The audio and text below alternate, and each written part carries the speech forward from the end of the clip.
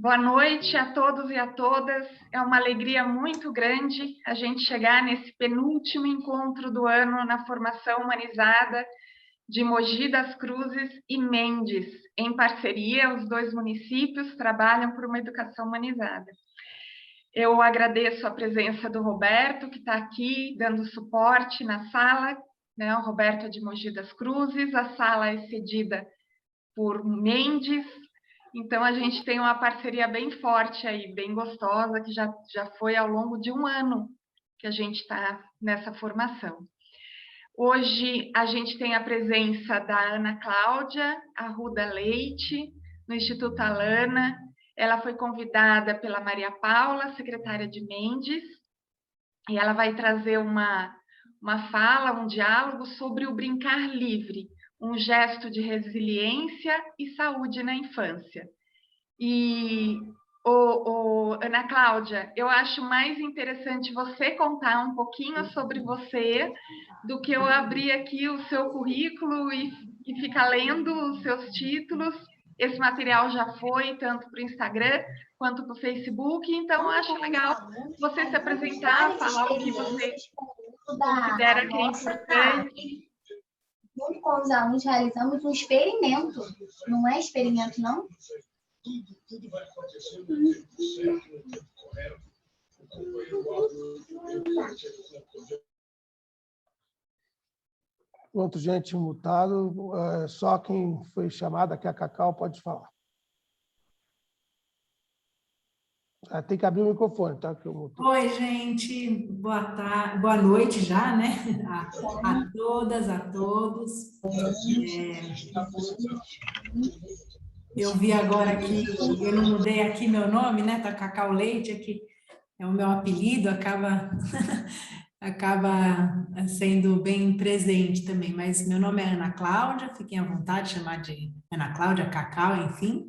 Eu trabalho há 10 anos no Instituto Alana. Eu sou pedagoga de formação, fiz mestrado também na área de educação na PUC São Paulo.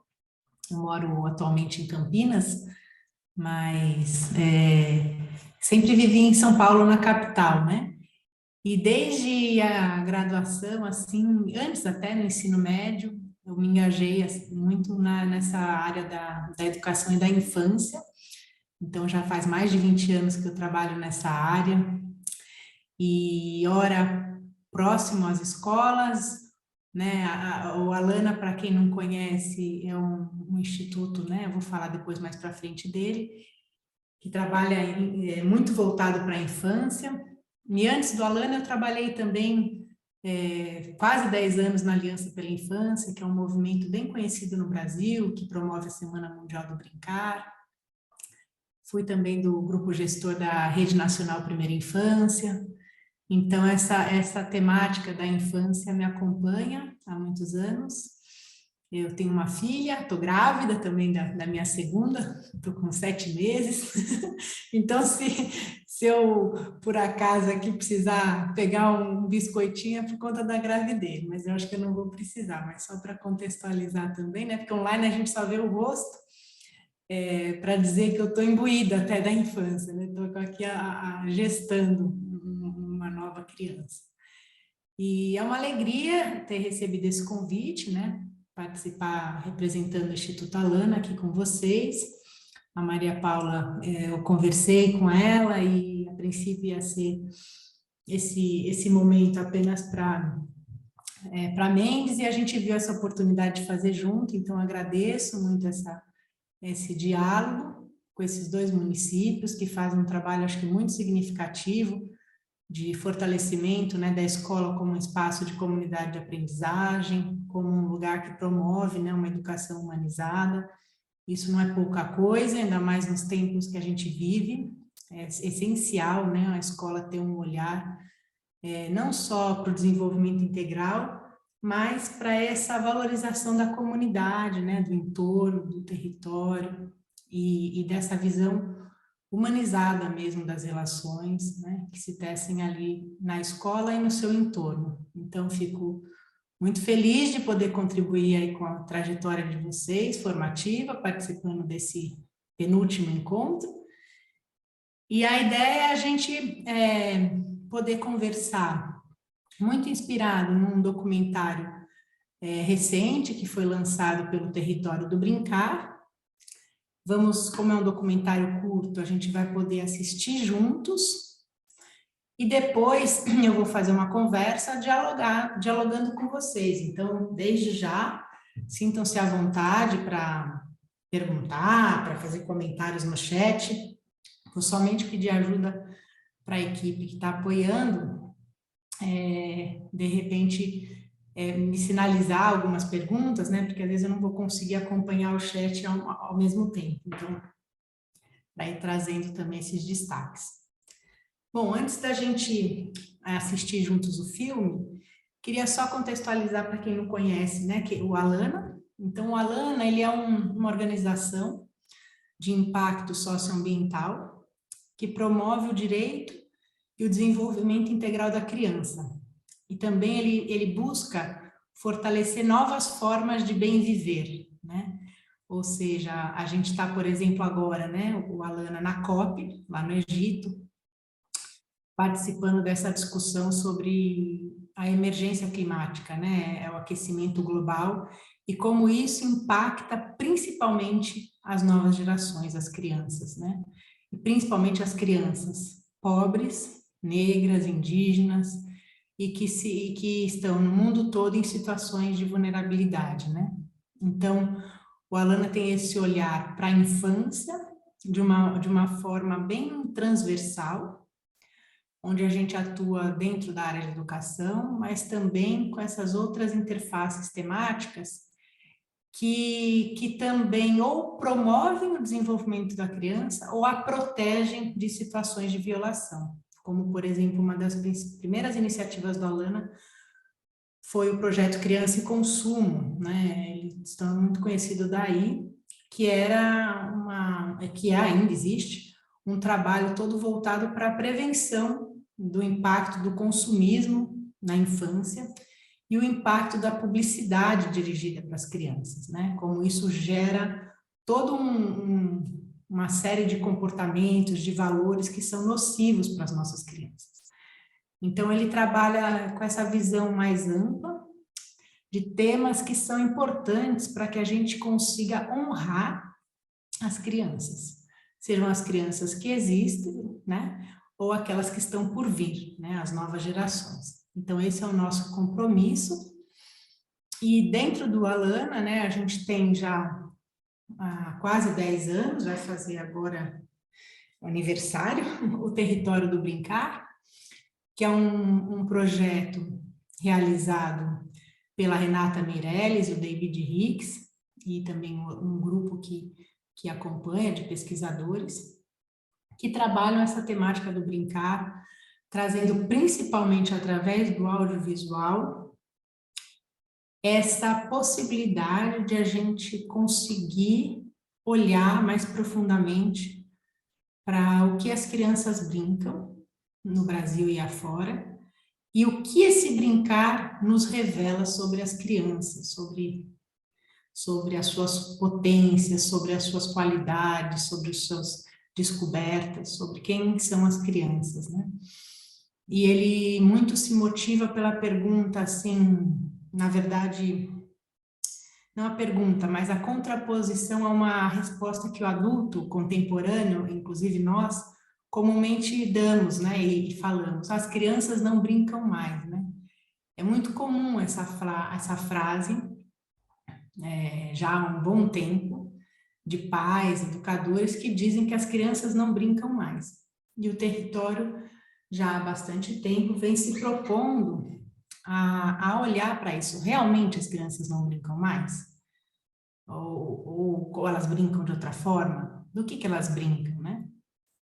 E o convite hoje é a gente, então, olhar um pouco para esse brincar livre, ou seja, o brincar espontâneo da criança, o brincar que acontece de uma forma solitária, ou com pares, com outras crianças, ou da criança com adulto, ou da criança com objetos, com a cidade, mas um brincar que, essencialmente, qual é a qualidade dele? ele parte de uma iniciativa da própria criança.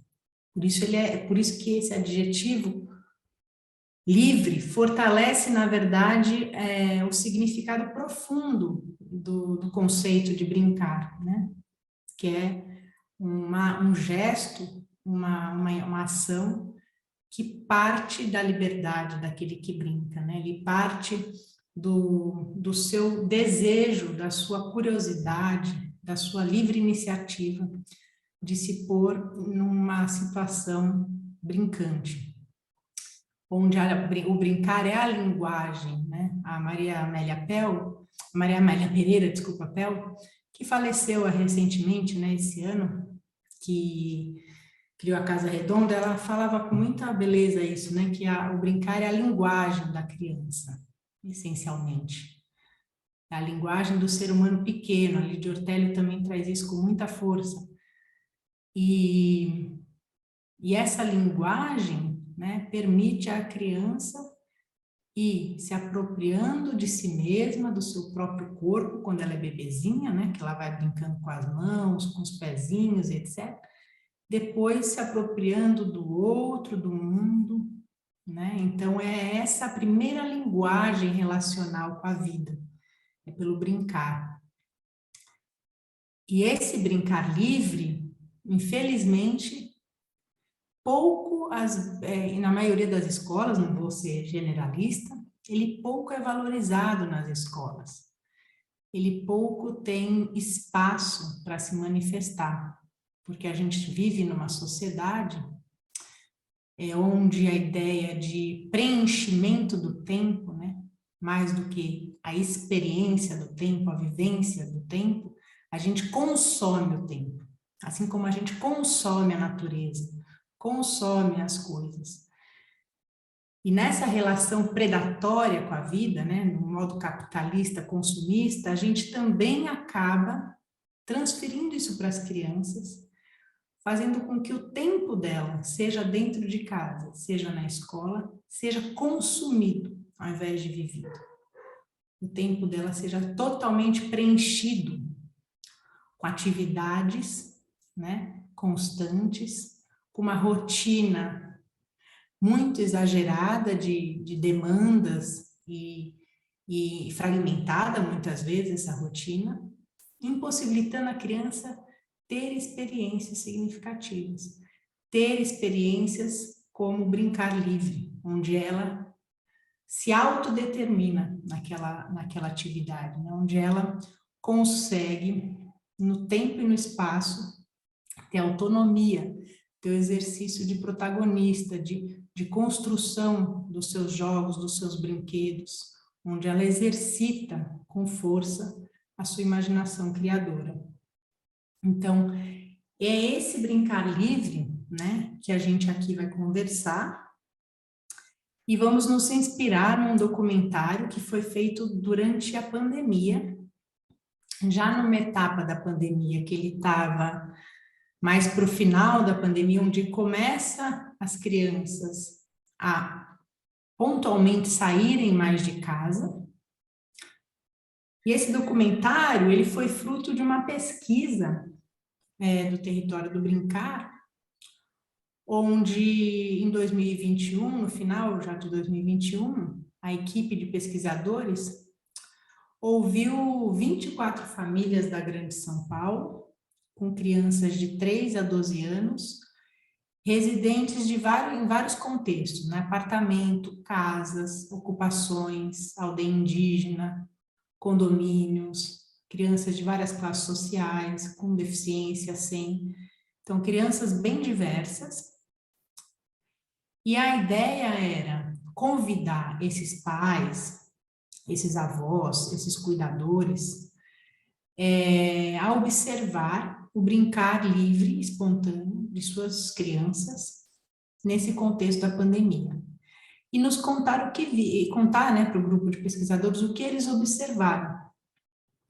Eles fizeram isso a partir de fotos, de vídeo, desculpa.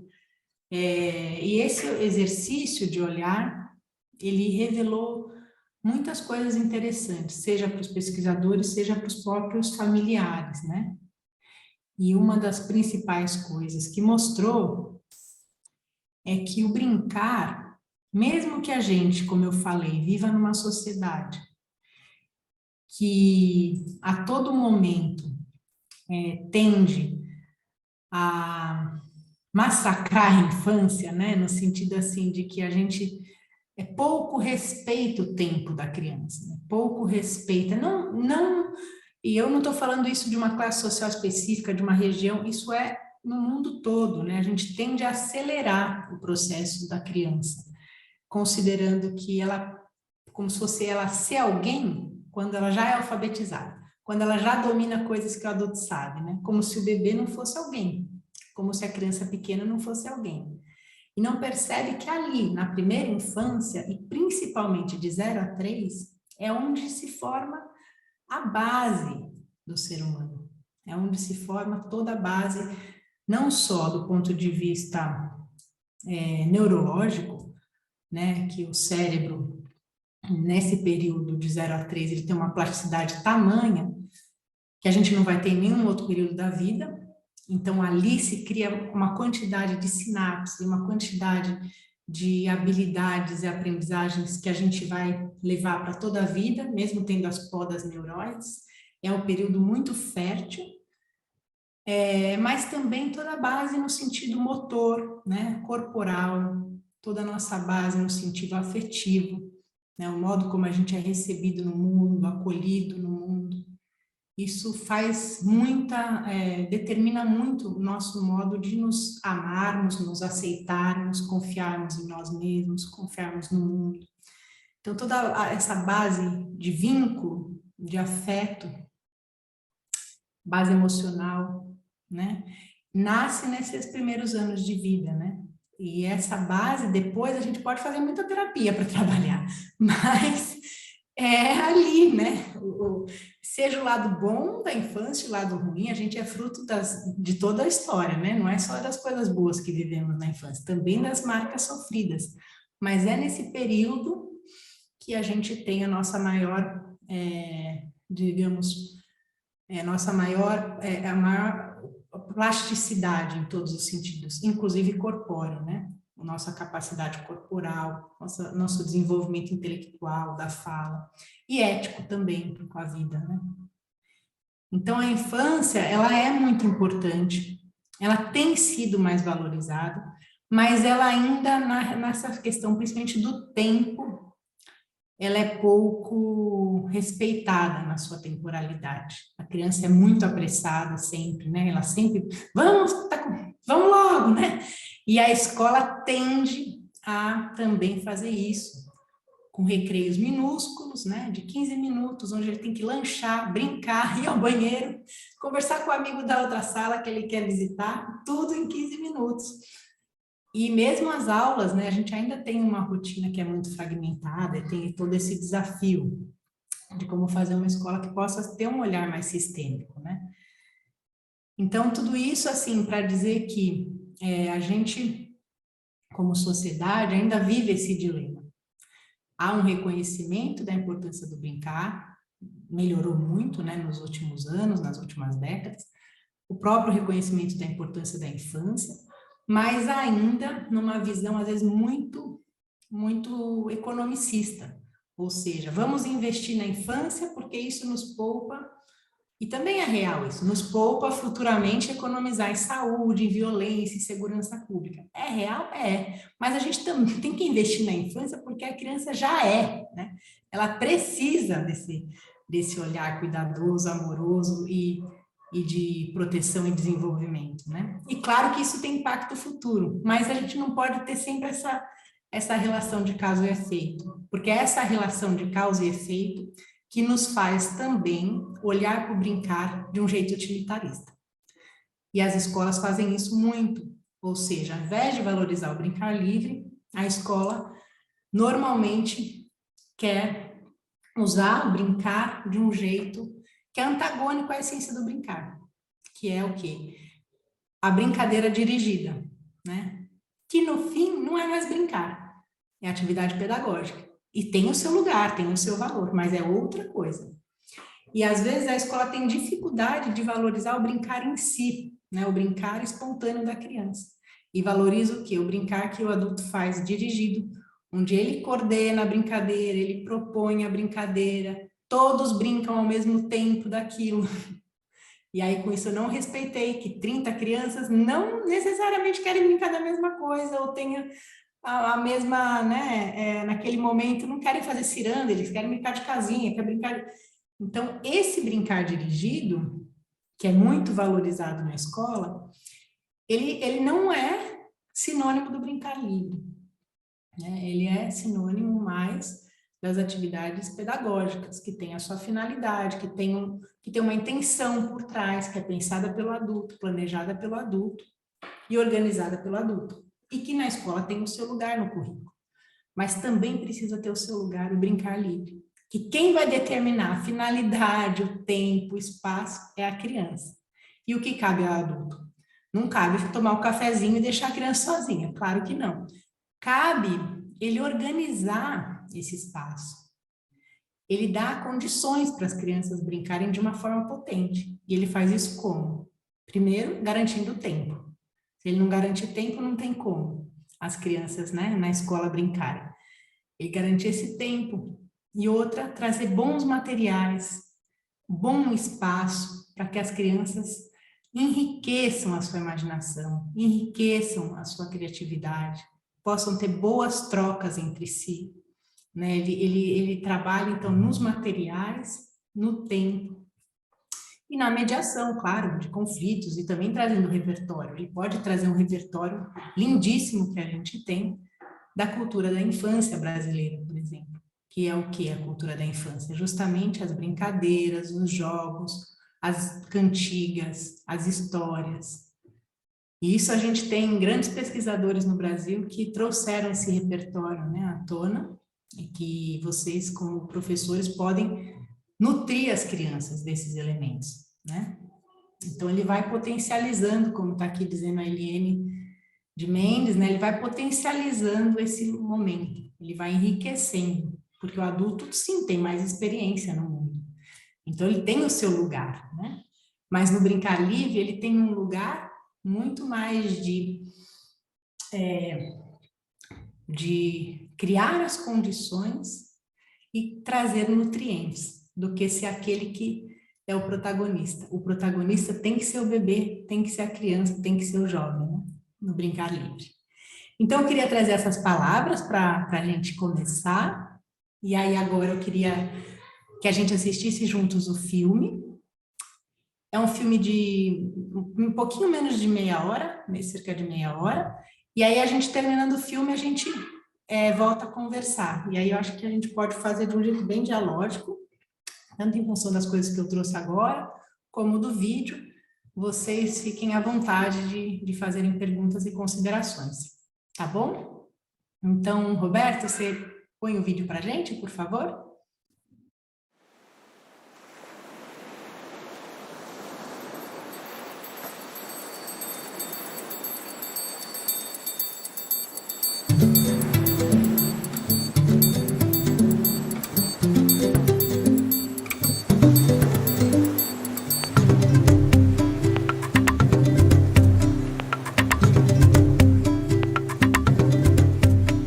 Filho, quando eu te vejo brincando, você sempre me parece livre.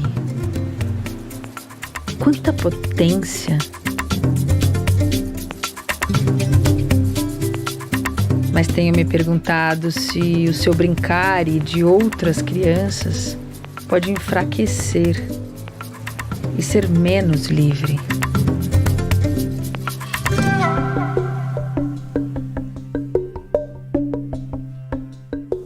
Então, eles estão em casa, né? Desde o primeiro dia que foi anunciado na televisão que ia fechar tudo. Desde esse dia eles não foram mais para a escola, né? Até um ano sem frequentar a escola. Parado! Fica parado! Você fica presa, vaca. nunca vai sair da minha porta, porque ela é indestrutível. E eu vou descer. Soltar esse bicho aqui que eu vou preso. Mesmo em plena pandemia, o brincar não parou. Ele se isolou entre 4 paredes e lá ficou por quase 2 anos. Mas por que não parou? O que foi possível manter do seu estado livre, mesmo em situações que pareciam tão mornas? O que restou da sua potência? Essas foram algumas das perguntas que nós fizemos.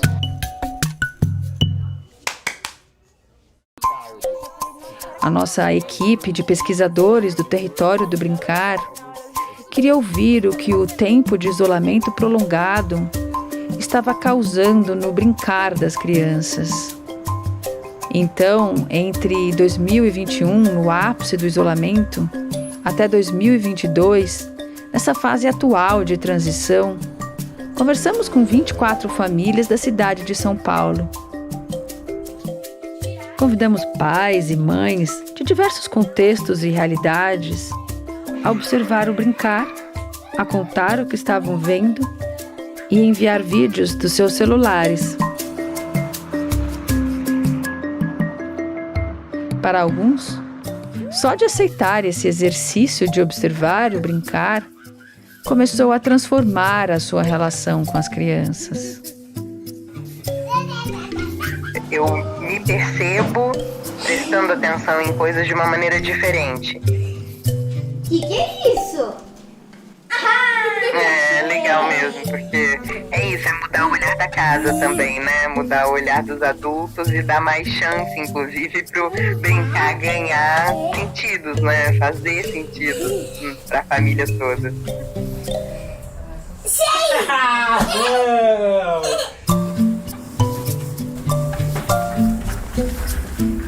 Ixi, eu escutei outra coisa. Não tá aqui.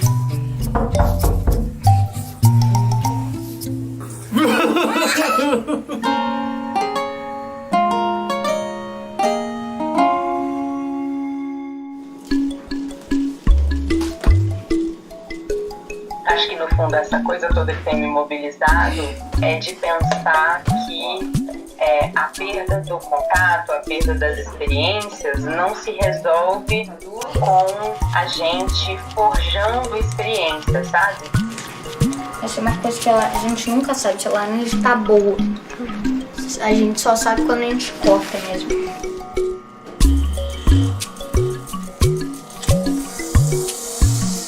É uma coisa que tem que ir deixando o tempo e encontrando oportunidade para que as experiências sejam reais.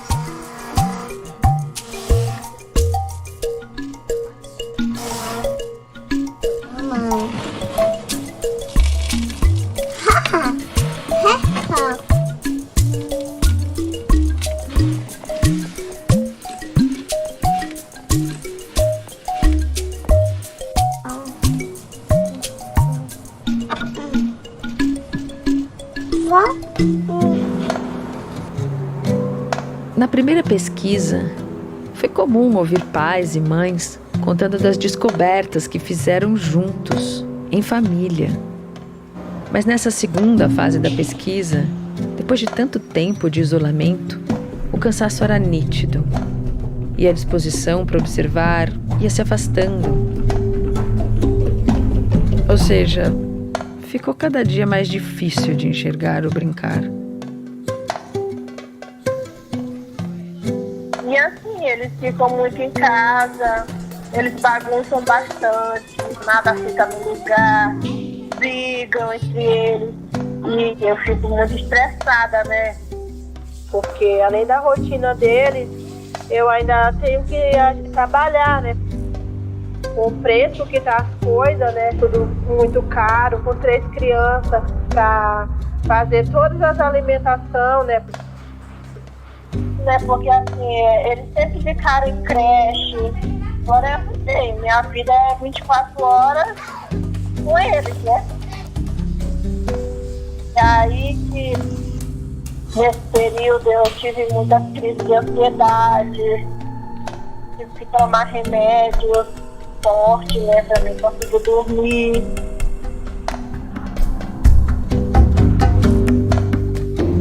Dar conta da sobrevivência foi um desafio gigante. Quem trabalhava fora teve que deixar as crianças quase sozinhas. E tudo isso gerava uma sobrecarga de responsabilidade e de medo.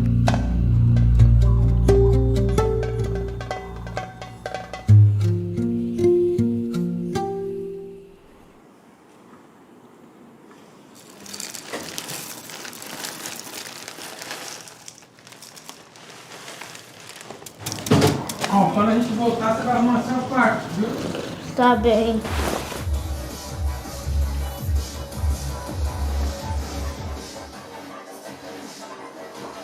A gente mora ele, né? Eu tenho uma guarda compartilhada, né? Um acordo, na verdade, com a mãe. Ele fica cada semana comum, né? Ele gosta muito de estar com os amigos, né? Enfim, tanto é que o período que a gente ficava em casa mesmo, para ele era bem difícil, assim, porque ele sente falta de criança, de brincar, porque ele é bem da imaginação. E aí, enfim, eu não dou conta muitas vezes, né, de entrar nas imaginações, nas brincadeiras que ele gosta, que ele inventa, né. Ele passou a desenhar bastante, assim, de conseguir colocar essa imaginação e as coisas que ele flui, assim, durante as brincadeiras dele no papel, então ele passou a desenhar bastante. O tema das telas mobilizou muito as nossas conversas com as famílias. Se de um lado as interações virtuais ofereciam possibilidades criativas e facilitavam algum contato com os amigos, o que foi muito importante, por outro traziam sinais de alerta. O tempo que ficavam plugados e o conteúdo que acessavam eram preocupações constantes, porque as famílias sentiam que as crianças ficavam à deriva, sem ter um ambiente digital seguro para isso. E eles estão o tempo todo na tela, então assim, eu fico extremamente preocupada como mãe, né? Porque se você põe na TV, eu sempre paro para ficar olhando. A criança fica com a boca aberta, é quase meio hipnótico o negócio, né? Porque você fica assim, o olho está pelado, quase não pisca, e a postura do corpo curvado, né? A criança vai curvando. Na TV acabou, você tem que escolher. Mas na internet é um vídeo atrás do outro. Se você deixar a criança lá, ela vai passar o dia. Lembra que eu falei até que o Pedro ficava muito no celular? Daí, quando a gente estava indo para a escola, ele falou: ah, mãe, eu prefiro 1000 vezes ir na escola do que ficar no celular. Eu só fico no celular porque não tem nada para fazer.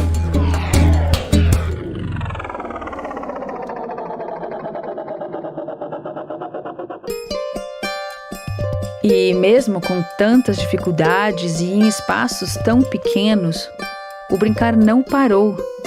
Ele se adaptou e ajudou as crianças a processar e a digerir os desafios que estavam passando.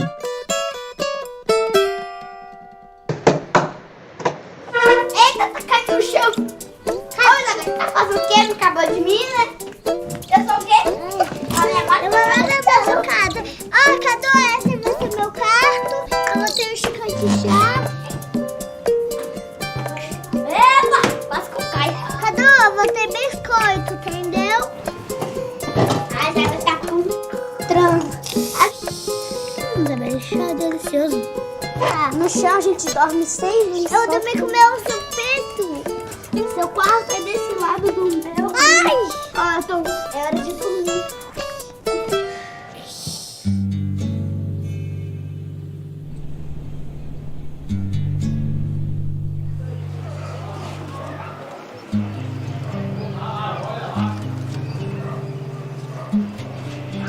Em nenhum momento a brincadeira e brincar para eles é deixado de lado aqui. Eles não deixam de brincar. Vem aqui, brinca comigo. Tudo. Mas Mais um. Respiração do trovão. Terceira forma. Paralisia do trovão. Primeira forma.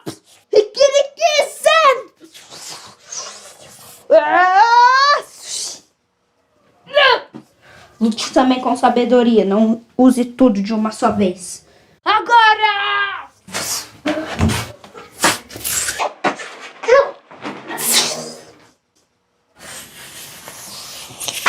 Corte silencioso do Deus Trovão!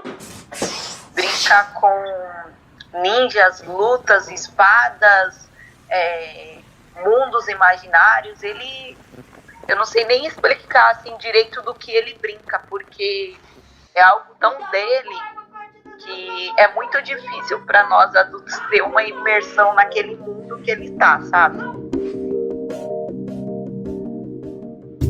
Ouvimos muitos relatos de pais e mães que, mesmo estando todos juntos em casa, era difícil ter tempo para ficar com as crianças.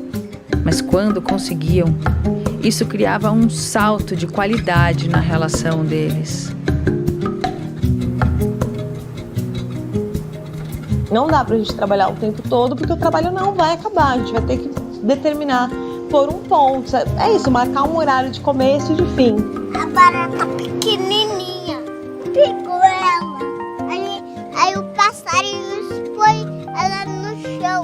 Chão, passarinho. Quando a gente verbalizou essa necessidade, a gente conseguiu virar uma chavinha que era: vamos juntos tomar um banho de sol lá em cima. A gente vai pra laje, conversa, brinca, canta. É um exercício que a gente faz até hoje. Vamos fazer os pratinhos hoje?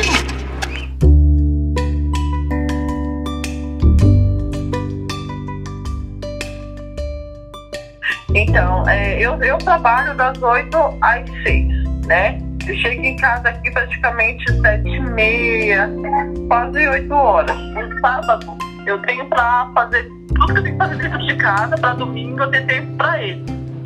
Quem vai fazer isso daqui primeiro? Ajuda a mamãe, segura aqui, ó. Segura. Tá, faz aí. Ai. Não só um barulho de fazer isso.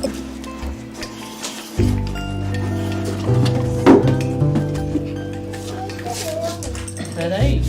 Receita da vovó. Já tem até cardápio? Já, tem até cardápio. Tem o caderno do vovô e da vovó. Então hoje eu vou fazer estrogonofe, arroz, feijão, macarrão, muitas coisas. Tem no prato. Aqui, gente, o arroz. Tem mais arroz. Oh, mas já nem tá esquentando. Põe aqui, ó.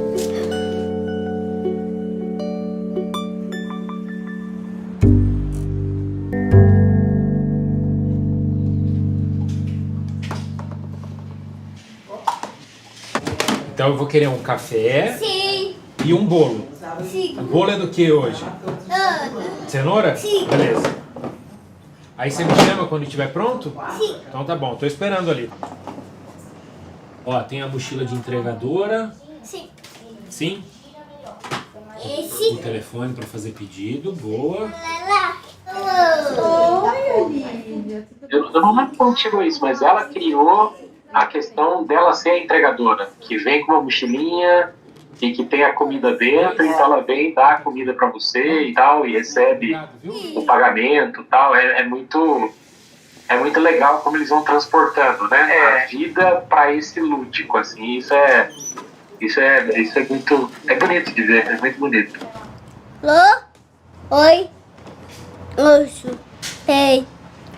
Tato, meu papai. Tato. Isso. Tata. Tchau.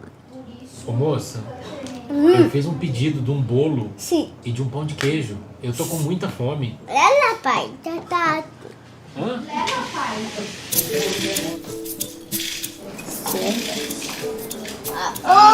Bom, muito obrigado.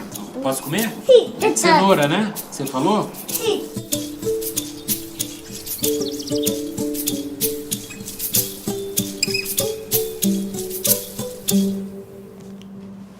Como eu disse, Covid-19 com a peste negra, gripe do cigarro versus eu vacino em 2021. Praticamente esses daqui vão vencer, porque esse já morreu, Esse daqui nunca vai morrer, porque sempre vai ter gente fumando cigarro.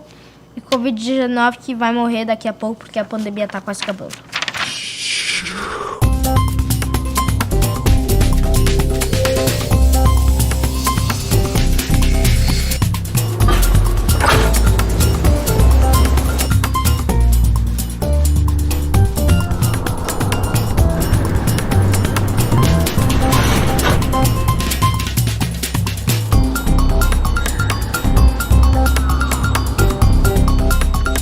Para a gente recomeçar é uma fase de muita readaptação, é estranho.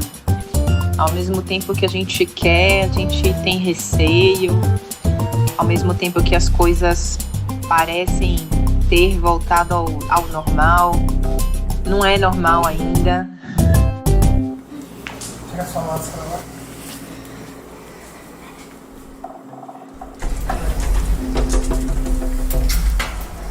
A gente vai. Eu gosto muito de ir a pé com ele, mas é um momento muito legal, nossa, assim, que a gente vai conversando o caminho inteiro, sabe? Eu tô segurando uma bola, e não tambor, segurando uma bola. Ele vai trazendo também uma brincadeirinha que ele vai falando, não sei que cor do chão é lava, aí a gente tem que ir pro lugar, então. O chão é lava, o preto é lava, o branco é lava, a grama é lava, os carros são lava. É um momento que a gente tá voltando assim, e às vezes indo, e tá sendo bem gostoso, assim, ele até tem curtido ir a pé, ele fala, ou a gente vai ou a gente volta a pé. Então tá sendo um momento bem gostoso da gente. Chegou. Moleque, tá bom? 36.1. Eu acho que é o mais novo que tá acontecendo nesse momento é dele estar com mais crianças, assim.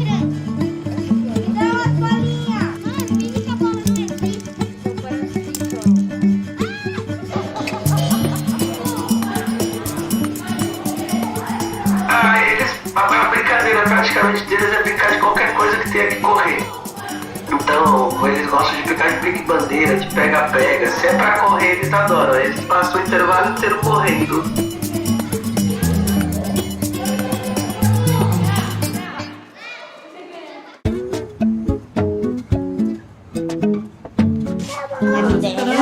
Vamos, Miquel, pro parque? Vamos. Você quer ir pro parque? Eu quero. Então vamos. Agora que abriu o parque, dá pra tá indo. Eu vou levar eles lá pra ficar um pouquinho. É um pouquinho longe. Eu comprei o carrinho pro Miguel, coloco ele e a gente faz uma caminhadinha. Gosta, não? Já tá tudo aqui ansiosa já pra ir. Obrigada.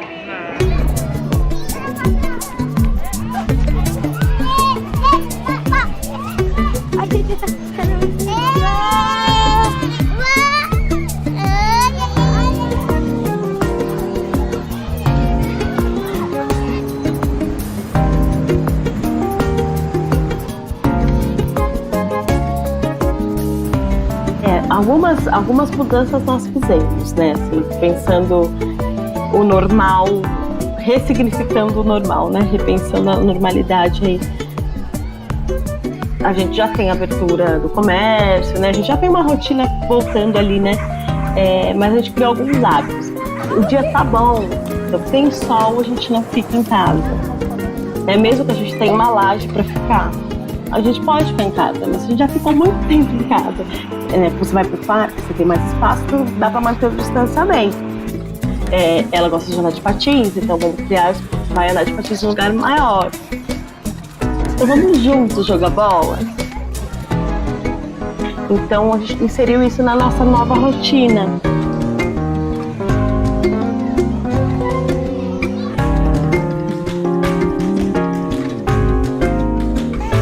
E uma coisa muito legal também que agora os parques voltaram a abrir e a gente começou a ir mesmo para lugares assim que a gente tem de contato com a natureza, que São Paulo é muito difícil.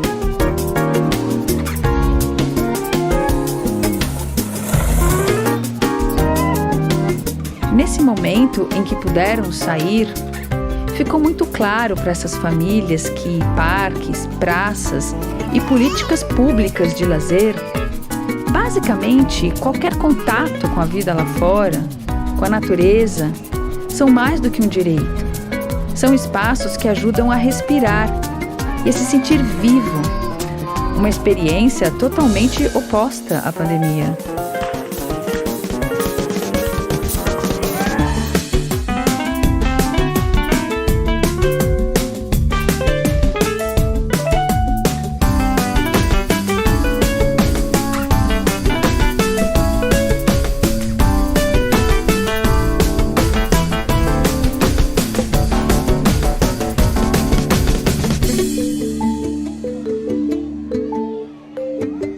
Foi significativo ouvir das famílias que as crianças, depois de tanto tempo fechadas e isoladas, buscavam brincar com outras crianças e de coisas que parecem básicas, mas que são tão essenciais. Coloca assim, que minha mãe deixou. Sério? Coloca aqui. Coloca aqui. Coloca assim. Olha, agora eu vou ter que tomar banho.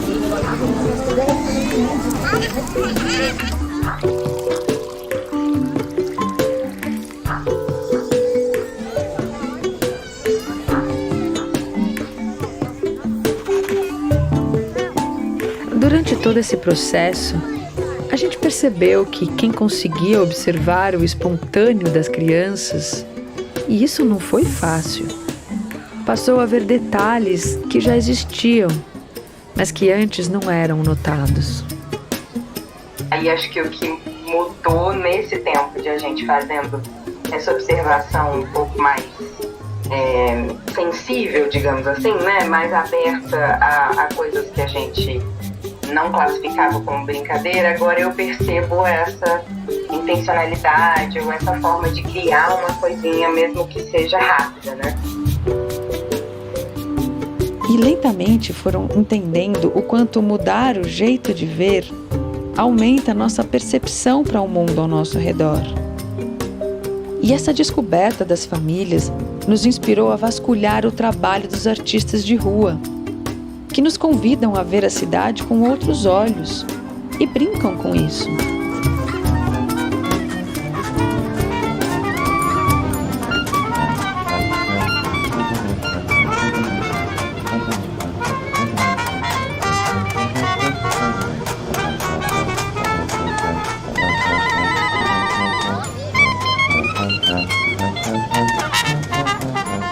As crianças estão nos contando com tudo isso que o brincar espontâneo é tão essencial para elas quanto comer e dormir.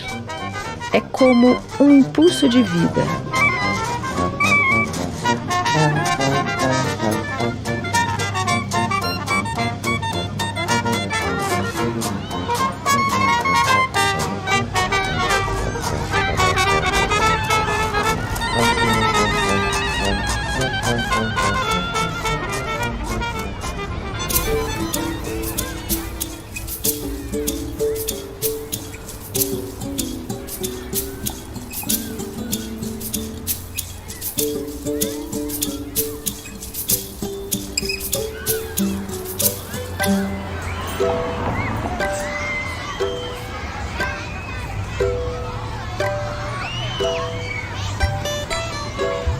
Mas percebemos também quantas coisas ficaram esquecidas ou até nunca aprendidas no corpo das crianças.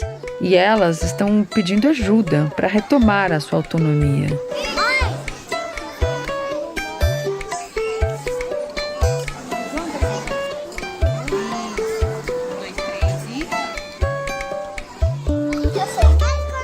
E essas dificuldades tão concretas foram essenciais para nos mostrar que, mesmo sem o uso das máscaras, a pandemia demora para sair de dentro de nós.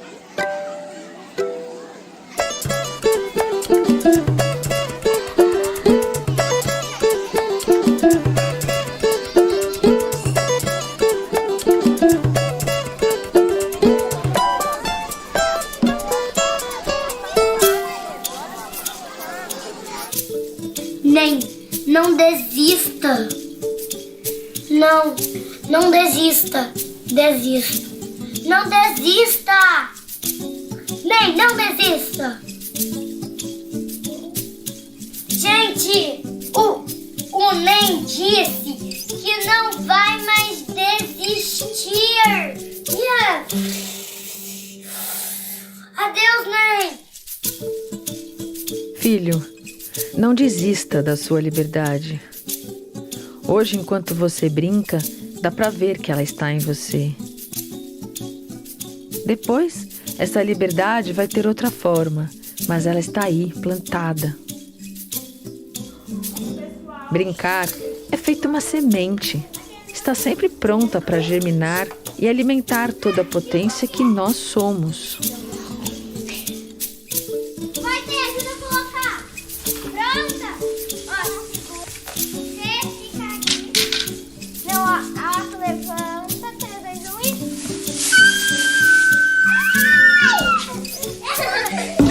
Não é legal? Tá, agora sou eu. Dá um alívio no pé, né, Otto? Depois você. Sabe, não?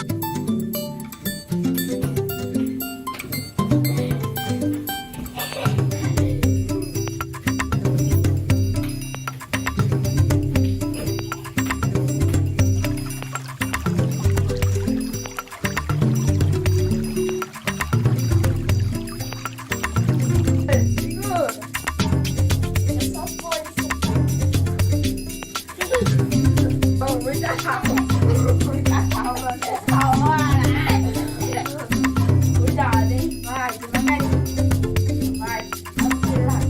Vai,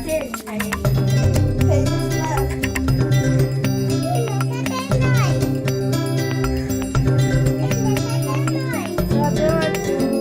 Eu não tô vendo essa cabana.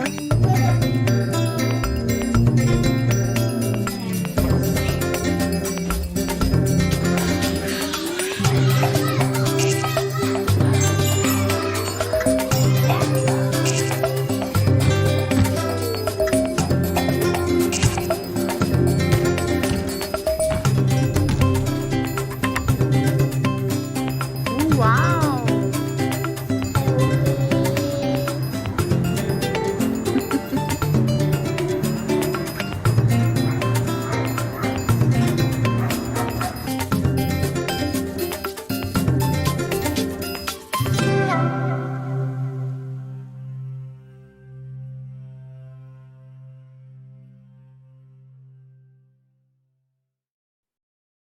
Já dá para voltar aqui? Acho que não, né? Vocês estão me ouvindo? Alô? Sim, estamos ouvindo. Tá ouvindo? Sim. Sim. Então, tá bom. Bom, gente, é claro que assistir um vídeo online, né? Eu vi que alguns aqui no chat tiveram dificuldades para ouvir, e aí a gente tem que contornar esses desafios, né? Não é a mesma experiência, claro, se a gente estivesse todos juntos numa sala de cinema, mas, enfim, espero que tenha dado para ver o filme, né? E depois, enfim, ele está no YouTube, vocês podem assistir de novo. Como eu falei anteriormente, ele foi feito, né, nesse contexto da pandemia, onde já estava nesse período de transição, né? E o que eu acho bem interessante de a gente conversar é que no filme fica muito forte como, mesmo nessa situação adversa da pandemia, e se a gente for pensar outros contextos como, por exemplo, de guerra, situações de crianças refugiadas, migrantes, ou de extrema pobreza, então, situações que põem, assim, uma grande vulnerabilidade, né? No caso da pandemia, a gente viveu uma situação de vulnerabilidade coletiva, mundial, né? Isso é muito raro, porque, normalmente, as situações de vulnerabilidade, elas são vividas de uma forma desigual no mundo, né? Elas costumam estar mais presentes na vida de crianças negras, por exemplo, do que crianças brancas. E essa desigualdade, racial é um marcador, né, da infância, assim como a desigualdade econômica. No caso da pandemia, a gente também teve formas diferentes de viver a pandemia, né?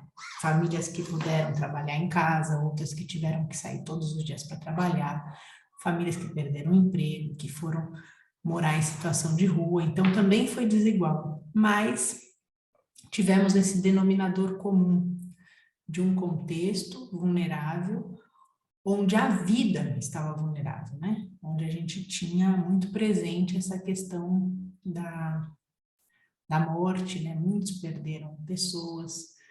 Então, isso foi um denominador comum que nos aproximou como humanidade.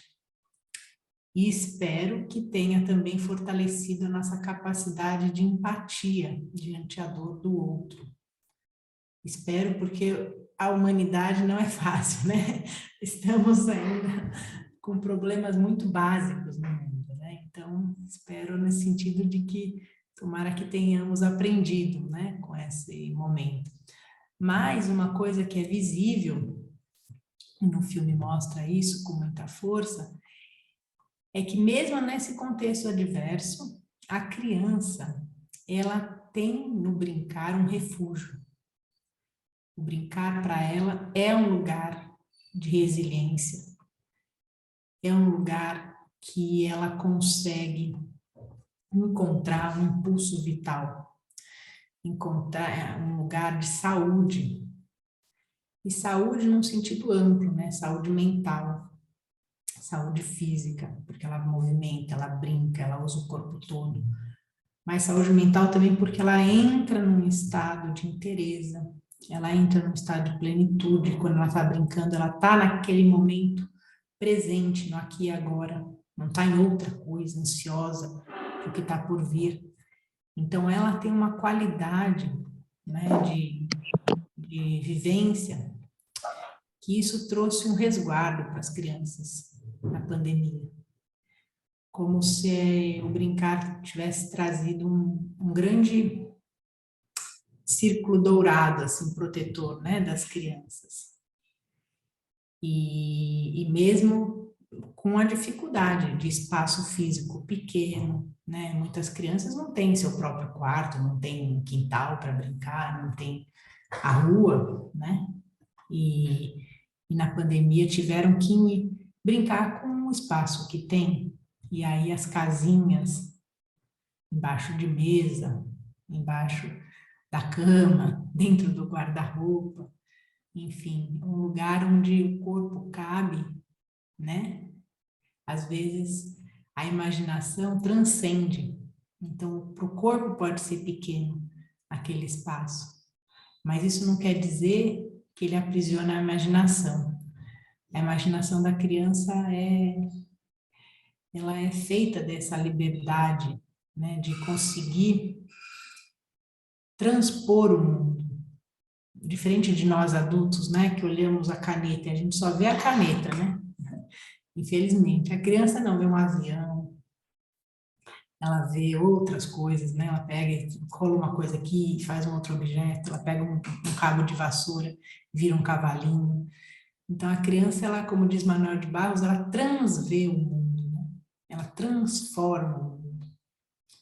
Por isso que mesmo em espaços pequenos, às vezes a criança vai longe na sua imaginação e aquele espaço ganha uma amplidão.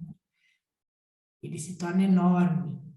Não é à toa que o quintal da nossa infância, lá das memórias de infância, ele é muito maior do que o mundo, né? Muito maior do que, às vezes, quando a gente volta adulta, a gente fala, nossa, era desse tamanho o quintal da minha avó, eu achava que era tão maior, né? Ou a gente lembra de uma coisa boa, né? Uma comida, e às vezes era muito simples, às vezes comer uma vez só, mas na memória de infância aquilo fica grande, né? Se amplifica.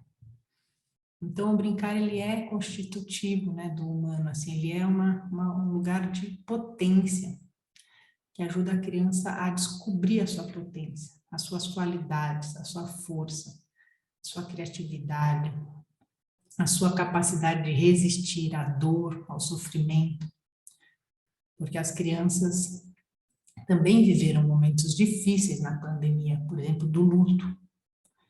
E aí elas, no brincar, podem também ressignificar esse luto. Na pesquisa do Gandhi Piorsky, né, no livro Brinquedos do Chão, ele conta de uma menina que brincava de cemitério. Não sei quem já teve a oportunidade de ler esse livro, também sugiro, que é muito, muito importante para quem trabalha com educação à infância. E a menina brincando de cemitério, enterrava, desenterrava as bonecas, enterrava e desenterrava as bonecas. E ela vivia numa situação de extrema pobreza. E é naquele processo, a avó, não sei se era a mãe ou a avó, preocupada, que a menina ficava brincando de morte. E aí ele, observando, ele viu que ela brincava de renascimento, na verdade. Que ao brincar, a ajudava a ressignificar essa morte no sentido da aridez, né? Não necessariamente do luto de alguém, mas da vida quando ela está ali muito dura, né? De fome, de pobreza. E nesse processo de enterrar e desenterrar a boneca, ela tinha a chance de transmutar o sentimento. Né? Então, o brincar tem essa qualidade de nos ajudar a transformar os sentimentos.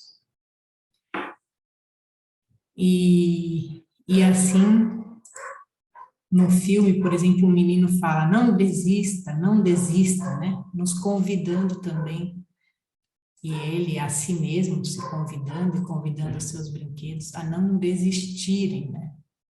Não desistirem da vida, não desistirem, talvez, da própria possibilidade de ter esperança, de ter alegria. Mas nós, como os adultos, também podemos pensar que é um convite para a gente não desistir, né? De garantir às crianças esse espaço e esse direito, porque o brincar é um direito que está na Constituição, que está no ECA, que está na BNCC. Então, queria agora ouvir um pouco vocês. Deixa eu ver aqui o chat.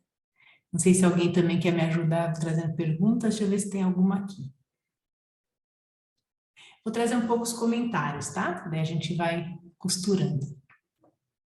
O vídeo mostra bem claro o cotidiano do brincar das crianças. Elas vão sempre brincar, é muito sério para elas. Eliene Maciel. Andréia Faria. O brincar lúdico e livre, interação com o outro. Juliana Rocha. A criança inventa, cria, a imaginação vai além. Eliene Maciel. Brincando, a criança aprende a se comunicar, desenvolve a imaginação e diversos tipos de habilidades, inclusive motoras. O brincar na primeira infância tem um papel central no desenvolvimento infantil, como uma porta de entrada para desvendar sensações e sentimentos, inclusive na relação com seus cuidadores. É uma pessoa vinculada à Urban 95, né? É isso? Então, interessante. A gente até fez um trabalho ligado à Urban de escuta de crianças. Também convido vocês depois a conhecer. A gente fez recentemente um lançamento de 2 sumários desse trabalho. Um que compartilha o método de escuta que a gente criou nessa pesquisa, e o outro que compartilha o que as crianças disseram sobre mudanças climáticas. Vocês podem também achar no site do Alana. A criança que não brinca não é feliz. Ao adulto que quando brinca não brincou, falta-lhe um pedaço no coração. Ivan Cruz. Sim, citação é de um trabalho deles que acompanhei. Esse aqui é Eliane Maciel, né? Legal, entendi. Que ela está citando do Urban 95. Gente, se vocês tiverem perguntas, coloquem, senão eu vou falando, mas podem trazer as perguntas também.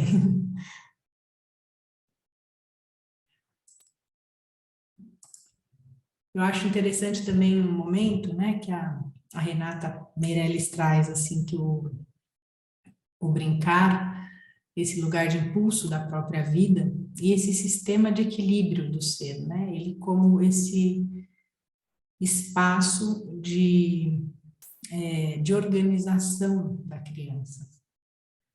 E se a gente bem observar as crianças, mesmo as maiores que estão já no fundamental, vocês que trabalham no Fundamental 1, né, na sua maioria, então vocês estão com crianças de 5, 6, 7, 8, 9, elas já têm um brincar mais organizado, mais com uma imaginação muito, muito potente, né, do que as crianças pequenininhas, que muitas vezes brincam ainda de uma forma, pega um objeto, né, ela brinca sozinha, às vezes brinca com outro, mas nessa idade do fundamental elas já estão com brincadeiras bem elaboradas, né?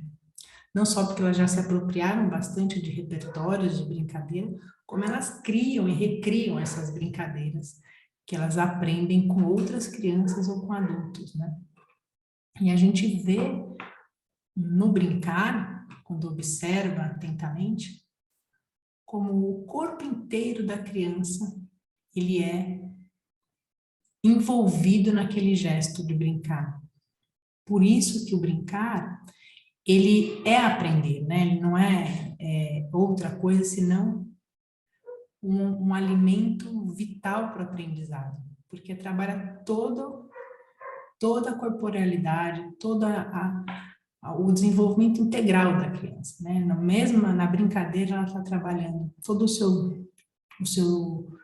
seu lado emocional, de ter que lidar com o outro, ou às vezes não é com o outro, ela está sozinha, mas ela tem que lidar com o limite do material. Ela quer fazer, por exemplo, um castelo de areia grande, mas ela não põe água suficiente, ou põe água demais, e ela tem que lidar com o desafio daquele material.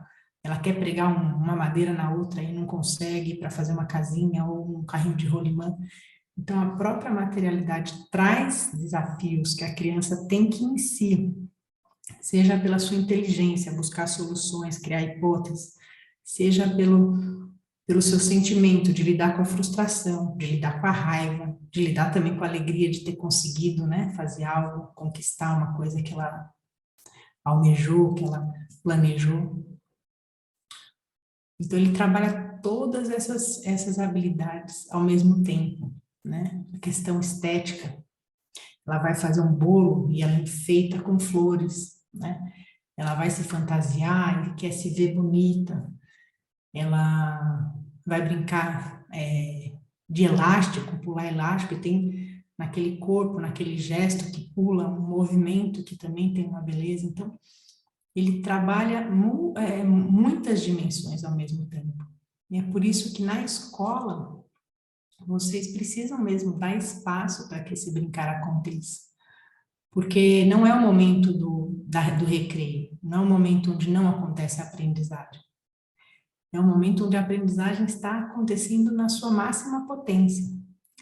E aí nós, educadores, precisamos aproveitar esse momento para observar as crianças, observar o que elas estão nos trazendo.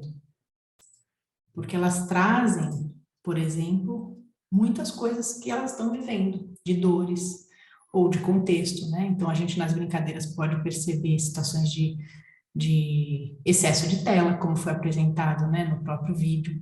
Eu posso perceber isso nas brincadeiras, pelo repertório que ela traz, ou brincadeiras que são, às vezes, muito agressivas, muito violentas. Eu vejo que tem influência de coisas que vêm da mídia, ou do seu contexto mesmo, de violência.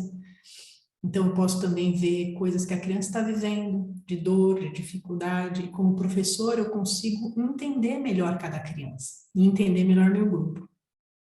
A Lucélia quer fazer uma pergunta, levantou a mão, ou quer fazer um comentário. Pode falar, Lucélia. Eu ia comentar justamente essa questão da violência, né? Que geralmente as escolas têm aquele tempinho que leva as crianças ali para fora e deixa as crianças livres, né? Eu sempre fui favorável a essa liberdade, porque eu acho que a gente conhece a criança quando você dá liberdade para ela. Só que vira e mexe, tinha alguns problemas de violência e eram alunos pontuais que tinham. E eu lembro de uma das escolas que eu trabalhei e todo mundo falando assim, vamos tirar esse horário do brincar livre porque está dando muita violência. eu fui contra, né? Eu falei que a gente tinha que investigar e tudo mais. Daí uma professora falou assim, mas agora eu vou ter que ser psicóloga também, né? Então, é uma coisa difícil da gente trabalhar, porque realmente a gente está numa situação que existem crianças que têm, pela própria vida delas, elas transmitem a violência ali. Então, a gente fala do brincar, mas vira e mexe, você tem a violência ali presente. E eu queria saber se tem alguma forma da gente trabalhar essa violência. Eu acho que insistindo na brincadeira, a gente consegue trazer essa criança para uma racionalidade maior, descobrir o problema, eu acho.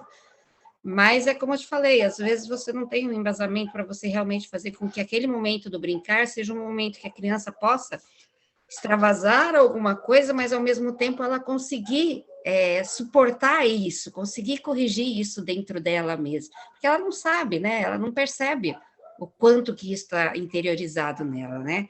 Então, eu queria saber como que você acha que a gente pode trabalhar com essa questão da violência, que é geralmente pontual com alguns alunos, mas não queria desistir do brincar, né, por conta disso. Obrigada, Lucélia. Muito boa a sua pergunta. Eu acho que a questão da violência está muito presente, né? A gente, inclusive, no Brasil e no mundo, acho que tem situações, assim, vividos, né? Inclusive, contexto político, contexto, assim, de muita violência, né?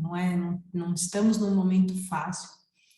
E isso chega para as crianças, porque elas vivem muitos tipos de violência, né? Às vezes é a violência no sentido de não acesso a direitos, que é uma violência, né? Crianças, por exemplo, que moram em situação de rua ou de pobreza, fome, que não podem ser cuidadas pelos seus pais por vários tipos de motivos, né? Ou que vivem em situações muito precárias, elas estão vivendo cotidianamente situações de violência, mesmo que ela tenha uma mãe amorosa, né? Ela está sendo violentada pelo Estado, né? No sentido de que não está garantindo a ela os seus direitos.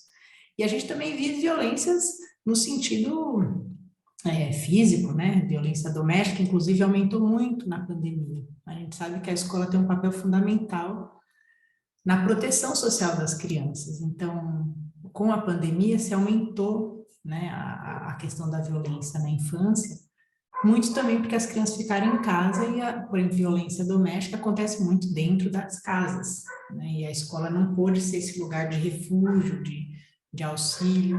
Então, quando voltam da pandemia, a gente tem um aumento de casos, né, de violência, por exemplo. A gente também vive situações de violência, não só nos contextos de periferia, de favela, assim, mas de violência policial, violência ligada a crime, a tráfico. Então, a gente tem no Brasil muitas camadas de violência, a mídia mesmo, né, que de certa forma alimenta isso com seus programas, né, de jornalismo que mostram muito mais as coisas nocivas e de violência do que as coisas positivas. Então, as crianças, elas são bombardeadas constantemente por situações diferentes de violência. E isso a gente não pode fingir que não está acontecendo. Então, não dá para a gente falar, puxa, então as crianças estão muito violentas, vamos tirar o brincar. As crianças estão muito violentas, vamos tirar o momento de roda. As crianças estão muito violentas, vamos tirar a educação física. Porque senão daqui a pouco a gente está tirando tudo das crianças porque elas estão violentas. Mas elas estão violentas ou a gente está vivendo num mundo onde há muito mais uma cultura de violência, né, como essas camadas que eu falei, do que uma cultura de paz, né? Onde há muito mais desigualdade do que igualdade social. Então, assim, não dá para elas não trazerem para a escola. Elas vão trazer, né? E elas estão trazendo, a gente tem que até olhar o lado bom disso. Se a escola está conseguindo acolher de verdade as crianças, elas têm que trazer os problemas para a escola. E a gente, claro, que tem um desafio de como acolher esses problemas. Agora, não dá como escola da gente falar, bom, os problemas não nos pertencem, para fora da escola os problemas. Porque a gente está querendo que as crianças venham fragmentadas para a escola. Elas são tudo aquilo que elas vivem. E aí, como educadores, vou chegar onde você me perguntou, a gente tem que pensar, bom, elas estão vivendo num contexto assim, igual na pandemia, por exemplo, a motricidade, a mobilidade das crianças, tem um mosquito no olho, a mobilidade a motricidade, a própria capacidade corporal das crianças piorou muito. A gente viu até no vídeo, um menininho, né, que desce do escorregador, com pouca autonomia, ele vai conquistando aquela habilidade. Então, a gente tem que olhar para essas coisas. E aí pensar, o que eu posso fazer como professor, dentro do meu currículo, para, de certa forma, me trazer outra possibilidade de vivência que não a prática da violência para as crianças. Mas isso não é fingindo que não existe. Então, o brincar, ele revela as coisas. E é importante que aconteça isso. Então, agora, a violência, às vezes, quando ela se revela, ela vem de um jeito que cria um caos. E eu acho que é isso que dificulta para o educador. Porque ela não vem de um jeito igual, vamos supor, uma dor profunda que a criança chora e pede um colo. Ela vem, às vezes, numa porrada que um tá no outro, né, na cara, ou quebra a cadeira, ou joga comida. Então, ela vem como prática de violência, na maioria das vezes. Então, vocês precisam também pensar em como trazer para as crianças alimentos que nutram a criança em outro lugar, de vivências mais pacíficas, amorosas, e também de alimentos, e eu vou falar que tipo de alimentos, assim, que ajudem as crianças a elaborar essas situações de violência. Por exemplo, as histórias. As histórias são ótimas ferramentas de serem usadas, e os contos tradicionais, todos, não essas versões simplificadas que a gente tem hoje, que tiram tudo que é conflito dos contos. Os contos tradicionais, tais como eles são, seja os de Grimm, seja os Câmara Cascudo, indígena, eles têm conflito, eles intrinsecamente têm conflito. Eles têm situações de violência, eles têm, por exemplo, a bruxa, ela vai queimar o seu pé, né, com um sapato de fogo, não é um castigo pequeno. E a gente, como adulto e como sociedade contemporânea, a gente tira tudo isso e deixa todo mundo bonzinho. Não é real. O ser humano, ele tem também em si a raiva, a dor, o ódio, e a gente precisa aprender como criança a lidar com isso. A questão não é não ter raiva, a questão é o que eu faço com a raiva que eu tenho. Isso que vai me diferenciar do outro que mata alguém, ou do outro que, né, dá uma porrada em alguém. Não é não ter raiva, porque não ter raiva, assim, quem fala que não tem raiva está muito, assim, pouco consciente de si. A gente tem, né, essas emoções. A grande diferença é como eu lido, e as crianças precisam aprender a lidar com as suas dificuldades e emoções. Esse é um dos papéis da escola, trabalhar as questões socioemocionais. Então, a gente não pode pôr um pano quente na violência, né? Não pode fingir que ela não existe. Mas também eu não posso deixar as crianças brincarem, se machucando, etc.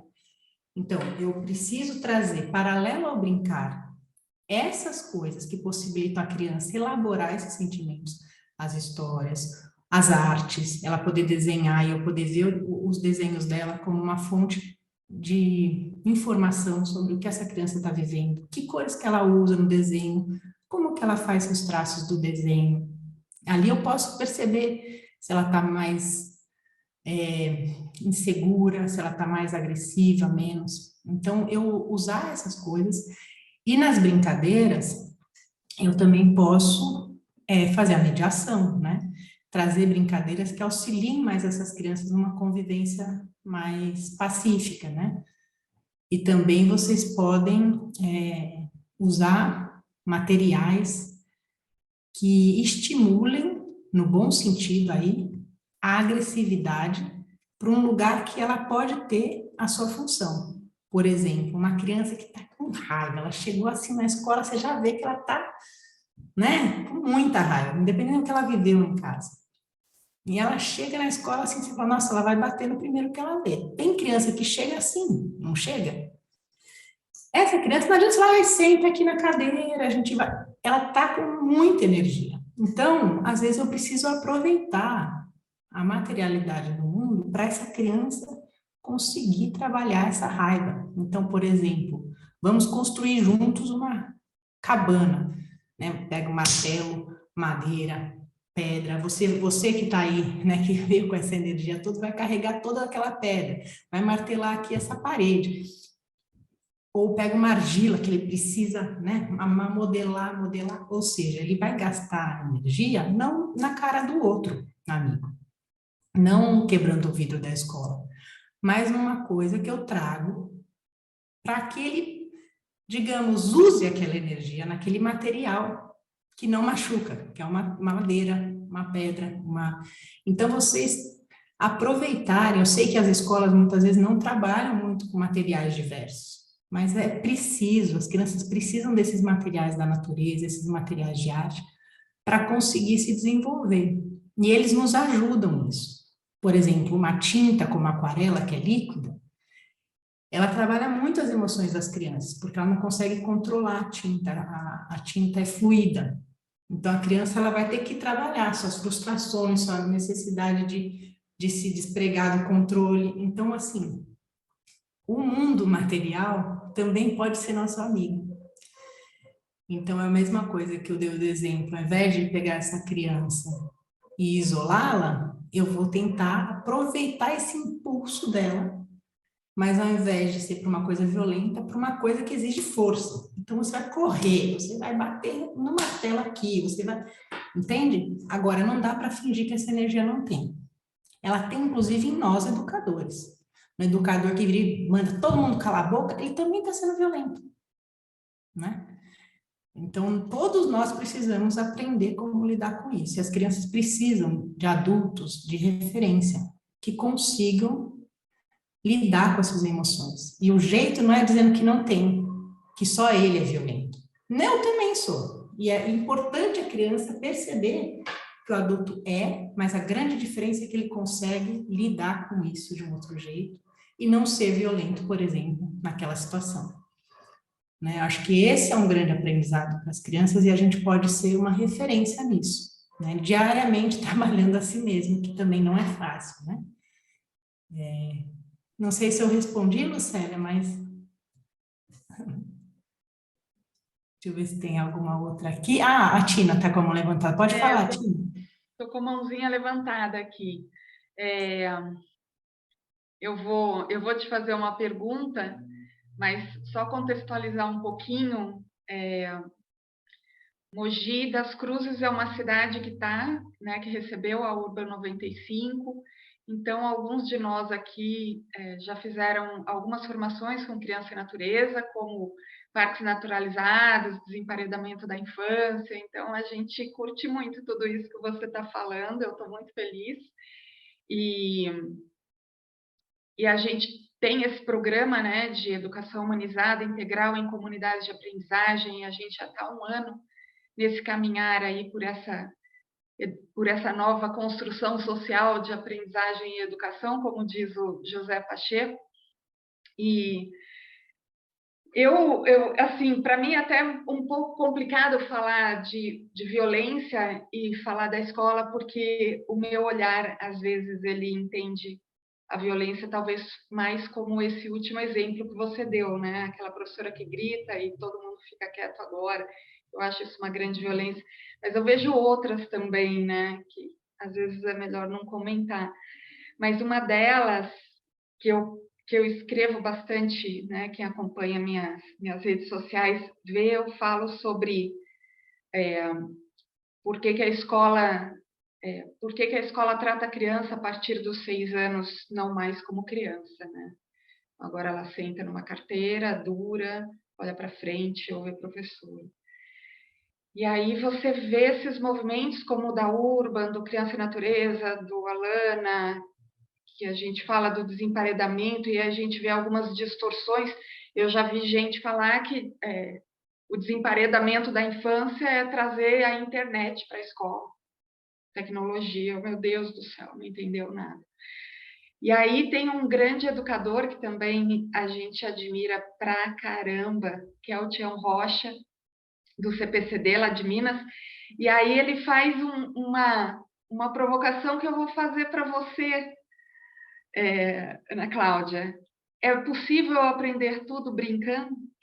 Né? O Tião, ele fala disso.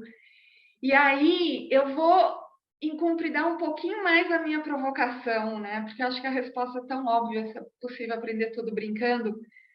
Mas até que idade a criança tem que brincar? Se a gente pensa numa escola onde as crianças só brincam no infantil, a partir do primeiro ano ela tem que sentar e fazer folhinha. Então, duas coisas, né? Se é possível aprender tudo brincando e até quando a gente vai aprender brincando, né? Até quando a criança pode aprender brincando? Vai lá. Muito bom, Tina, que vocês já estão com esses diálogos, né? Não só com a Lana, com a Urban, mas com essas referências que você trouxe, né? Do Pacheco, do Tião Rocha, são grandes inspirações realmente para quem busca, né? Olhar para a escola como vida, né? E não a escola para a vida, né? Aquele velho dilema, né? A gente está preparando para o quê, né? Para uma vida, para ser adulto, para o mundo de trabalho, para o vestibular, e a escola mesmo não tem vida nenhuma, né? Então, eu acho que esse lugar, né? Nessa pergunta, se é possível aprender brincando, né? Eu acho que a vida, né? Eu gosto muito de uma frase do Guimarães Rosa, assim, né? Que viver contar seguido e alinhavado só a mesma coisa de rasa importância, ele fala, né?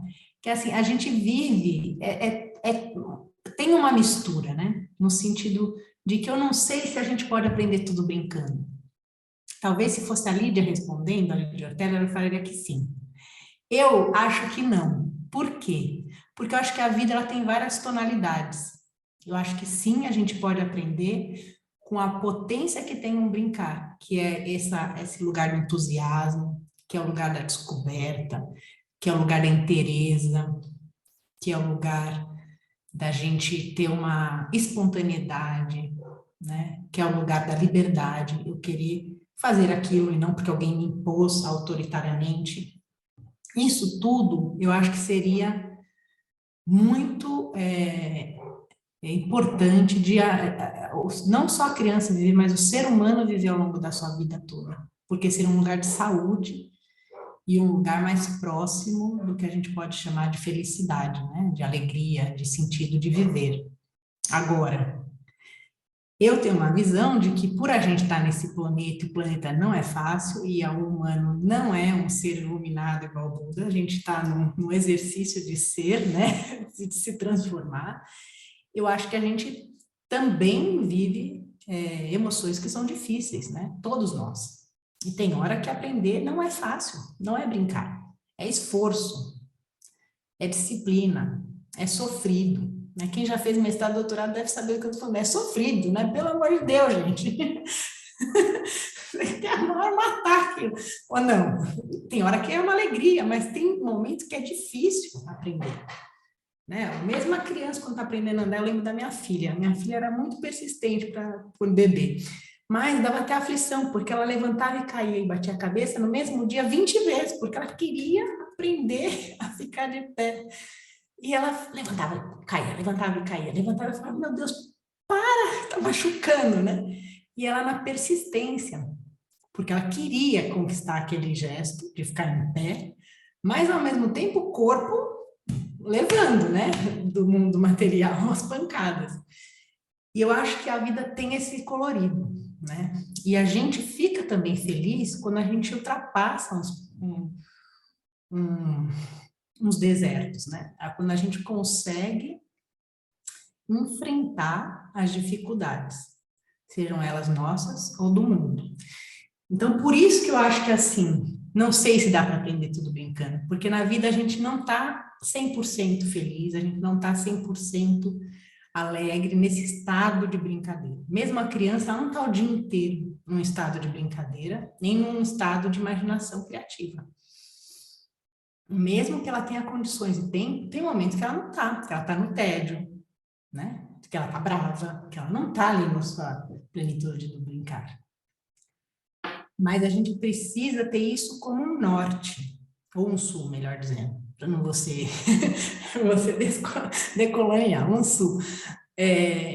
Por quê?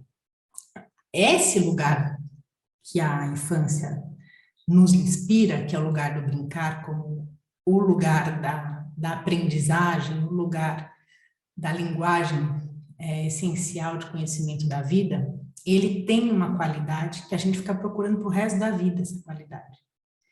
Que é essa qualidade das coisas terem uma verdade, de terem uma inteireza, como eu falei no início, sabe? De ter essa vontade de fazer. A gente vê uma criança brincando, né? Vocês devem olhar isso, que fala, nossa, como ela tem disposição, né? Para conhecer o mundo, para fazer aquilo, ela corre atrás da pipa sem parar, né? Para pegar, porque caiu a rabiola. Ela tem uma força, um querer, né? Um querer aprender, um querer conhecer o mundo, que a gente como adulto, se não tomar cuidado, vai perdendo. E não é à toa que tanta gente tem depressão, tanta gente não vê sentido na vida, tanta gente vai ficando o quê? Frustrado, desvitalizado no trabalho, né? Então, eu acho que a gente tem que, como adulto, continuar perseguindo esse lugar do brincar. Então, te respondendo a segunda, eu acho que esse é algo que é para o resto da vida.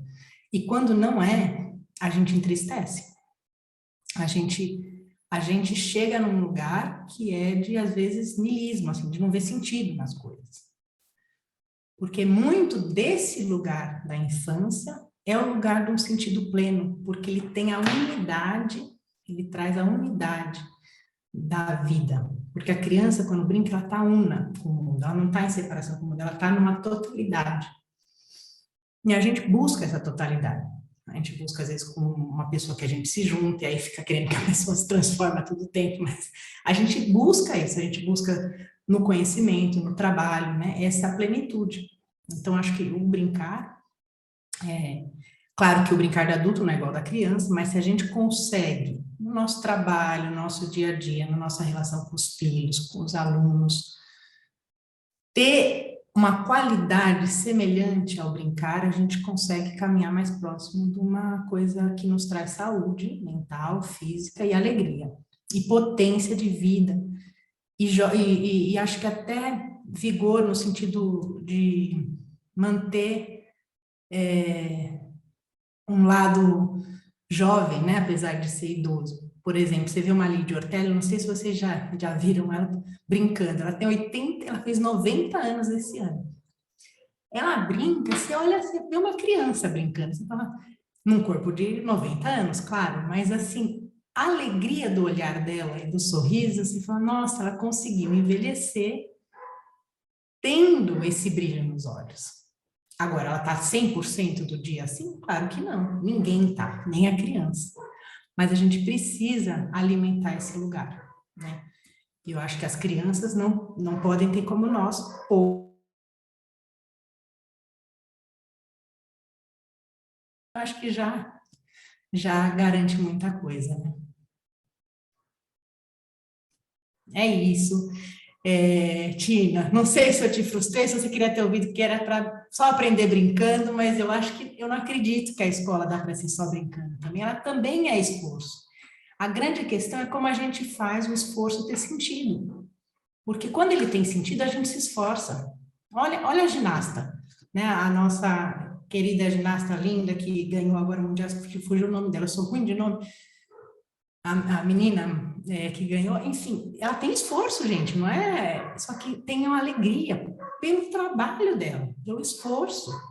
Então, a gente não pode também trazer para as crianças uma ideia de que a escola é só brincar no sentido ruim do termo, que é esse que usam de uma forma pejorativa, a gente está aqui só brincando. Não, a gente está aqui trabalhando. O Rudolf Steiner que diz que o brincar é o maior trabalho da criança. Porque ela está ali trabalhando, ela não está fazendo outra coisa, ela está trabalhando, no sentido mais pleno da palavra. Ela está transformando o mundo, transformando a si, descobrindo as coisas, ela está trabalhando seriamente, com afinco. E é isso que a gente precisa fazer como adulto, porque normalmente a gente é meio preguiçoso quando trabalha, o adulto. Ele vai ficando meio pegando no tranco, né? Diferente da criança quando brinca.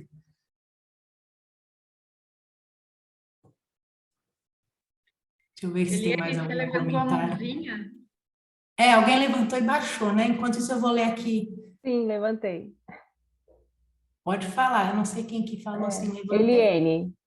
Pode falar, Eliane. Então, Cláudia, né?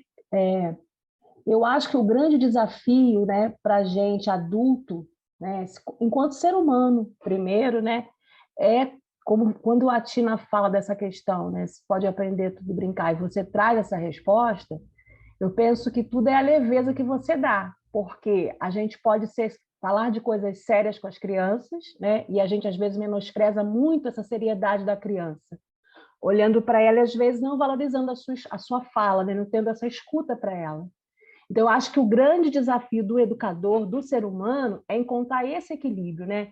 Quando a gente fala assim, acho que teve uma fala anterior da questão da violência, né? E a gente vê isso na violência às vezes falada, né? No físico, né? As crianças estão muito assim, mas os adultos também estão, né? E às vezes a gente quer que a criança tenha um comportamento de não ter violência, né? Seja ela de que forma for, mas nós nos esquecemos que damos para ela a todo momento um comportamento violento, às vezes um gritar, né? Nós estamos hoje, enquanto secretaria, dentro de um CIEP, nós trabalhamos num prédio anexo, e lá já teve uma educação infantil, eu até já dei aula lá. E ficou um parque, né? Hoje não tem mais educação infantil, lá trabalha com Fundamental 2, e o parque ficou lá. Então, a gente começou a reparar, estando ali enquanto secretaria, que os adolescentes sentam para se balançar, ficam lá brincando, sentam nos bancos. Então, assim, às vezes a gente acha que o brincar é só para o bebê, é só para a educação infantil, é só para essa infância que a gente acha que é criança, né? Mas, como você colocou, o brincar vai ser para esse adolescente. E aí, às vezes, eles também se desentendem na hora do balanço, né? Eu fico observando que eles são crianças grandes. E às vezes a gente quer encarar que os adolescentes já são pequenos adultos, e não são.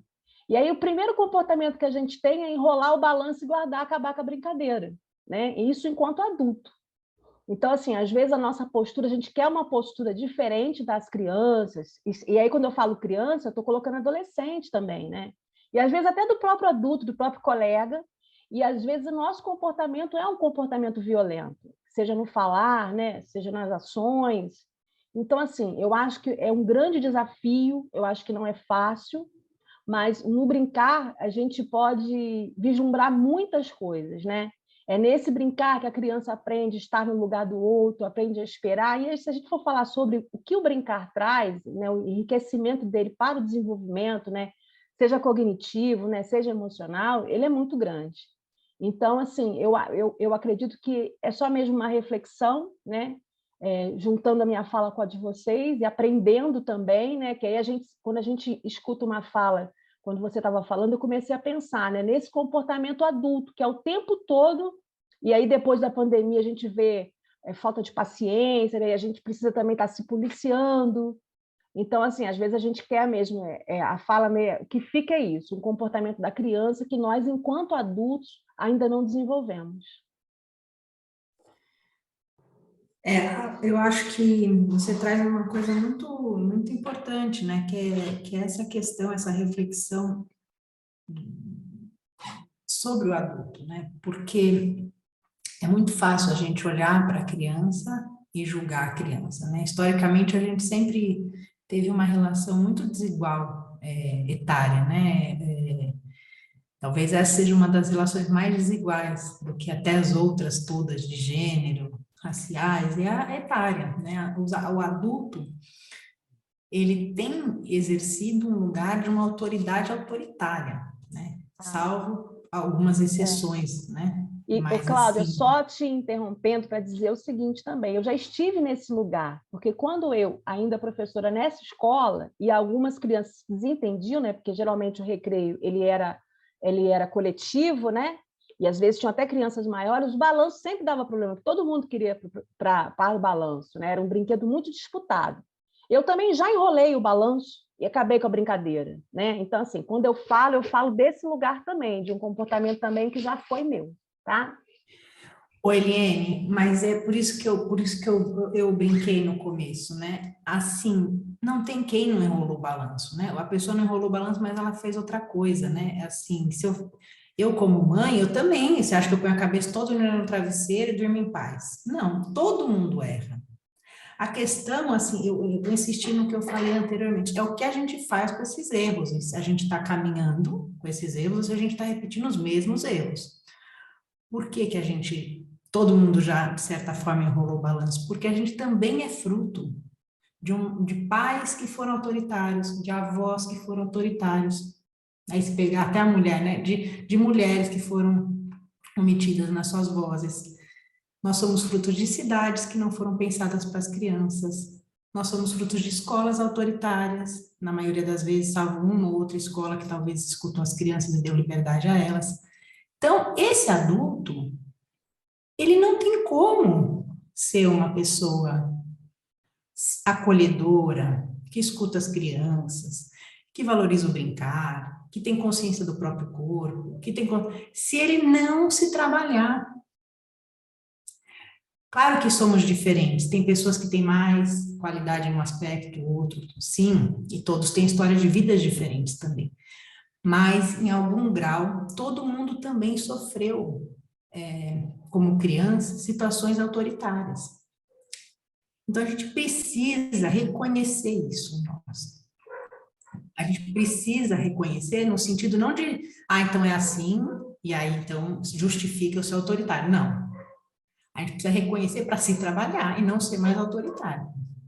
E não ser mais o que vai virar o balanço e acabou a brincadeira. Mas se eu não parto do pressuposto de que eu sou, de que eu pratico a violência, de que eu não contribuo para que essa escola também seja uma escola mais afetiva, mais lúdica, porque eu tenho uma história de vida que às vezes não me permitiu isso, e eu vou trabalhar isso em mim, aí não tem como caminhar para frente. Porque, por exemplo, eu fiz pedagogia. O currículo mesmo de pedagogia, pouco trabalha o corpo, pouco trabalha as artes. E às vezes pouco trabalha até a alfabetização, né, a prática docente. E aí a gente chega na escola, e aí a gente quer que as crianças brinquem, mas o nosso corpo não sabe brincar. O nosso corpo não sabe sentar. O nosso corpo não sabe, eu falei dos materiais, não sabe trabalhar com os materiais, né? A gente não sabe o que fazer com uma argila, a gente não sabe fazer nada com uma tinta, a gente não conhece o repertório de histórias. E é a realidade da maioria dos professores. Eu não estou dizendo que é a sua, né? É todo mundo. E ainda mais com essa expansão de AD aí, que menos ainda se vive o corpo, porque daí o curso de formação foi feito online. Então, esse professor, ele tem um desafio imenso. Ele recebe mal, ele tem condições de trabalho difíceis. Então, a gente não pode também desconsiderar isso. Agora, isso não pode ser justificativa para uma ação que vai contra a infância. Isso tem que ser um contexto. Então, como secretaria, eu tenho que saber desse contexto. Eu estou falando de uma população de profissionais que normalmente são precarizados, que normalmente recebem mal, que normalmente tiveram formações precárias, que tendem a supervalorizar somente o currículo cognitivo, né? Inclusive dele, ele também não teve práticas de formação mais voltadas para a experiência. Esse é um dado de realidade. E aí é como vocês estão fazendo aqui, tem que trabalhar, né? Não vai ter jeito, a gente vai ter que trabalhar esse professor para ele poder ter a coragem de dizer, eu não vou ficar entuchando currículo e conteúdo nas crianças. Ele tem a coragem de falar, não, outras coisas são importantes tanto como, digamos, o conteúdo, né? As outras coisas também são conteúdos. Ele só vai ter coragem para fazer isso se ele também viver isso na sua vida, né? Então, assim, a gente tem esse desafio. Não dá para, por exemplo, os jovens, a gente achar que eles não têm direito a se movimentar. Tem escolas no Brasil que a educação física é teórica. Muitos lugares no Brasil. Não tem quadra, não tem aula prática de educação física. Aí, como esse jovem... Aí a gente quer que ele fique tranquilo, não fique violento. Só que a gente não dá uma oportunidade de movimentar o corpo dele. A gente quer que ele fique o dia inteiro sentado, calado. Ele não vai ficar. Aí ele vai extravasar dos piores modos essa energia. Então, assim, a gente ainda vive no Brasil situações de escola que se assemelham a prisões, né? Toda gradeada. Eu fui votar agora em São Paulo, eu falei, gente, realmente, eu fiquei lá, era uma escola de ensino médio, eu falei, coitados dos jovens, parecia, o que eles tinham de espaço, fizeram um solário, digamos, igualzinho de cadeia, que fica no meio, assim, né? Todo de concreto, todo de cimento, eu falei, nem para pôr uns vasinhos, não, nem vaso tinha. Então, assim, a gente ainda tem lugares que são extremamente áridos para as crianças e jovens ficarem. E isso é violento, porque o corpo, ele quer ser acolhido, ele quer ter intimidade com os lugares. Ele não quer estar num lugar hostil, num lugar que tem grade, num lugar que está dizendo para ele que ele vai roubar as coisas, que ele não é, aquele corpo não tem espaço, né? Então, a gente precisa olhar para isso tanto como a gente olha para português e matemática, sabe? Não é indiferente. Porque o que adianta ele sair muito bom em matemática e péssimo em relação social, péssimo em capacidade de empatia, péssimo em autoconhecimento, em confiança de si próprio? Não adianta. Porque aí ele vai sair para o mundo muito bom em matemática e português, mas sem saber quem ele é, sem saber o que ele quer fazer da vida, sem gostar da vida. Aí acabou, né? Acabou assim no sentido, a gente perdeu o principal sentido da educação, que é construir sentido para a vida, né? Então a gente precisa realmente, ainda mais pós-pandemia, trazer o cuidado para próximo da educação, sabe? Trazer o brincar livre na sua característica de liberdade, de descoberta, de potência, de alegria, para próximo da escola. A escola precisa ser um lugar acolhedor para as crianças. Elas precisam disso, porque às vezes elas não têm isso em outro lugar. Não tem em casa, não tem na cidade, e a escola precisa ser um lugar de aconchego das crianças. Às vezes a escola é o único lugar, né? Já é o lugar que elas comem, muitas vezes, né? Na verdade, às vezes a gente quer que a criança chegue na escola pronta. É aquela que senta, que não fala, né? Que a gente tem isso na cabeça, que a criança certinha é a que não fala, quase não fala, que faz toda a lição, é a que não levanta do lugar, é a que não incomoda.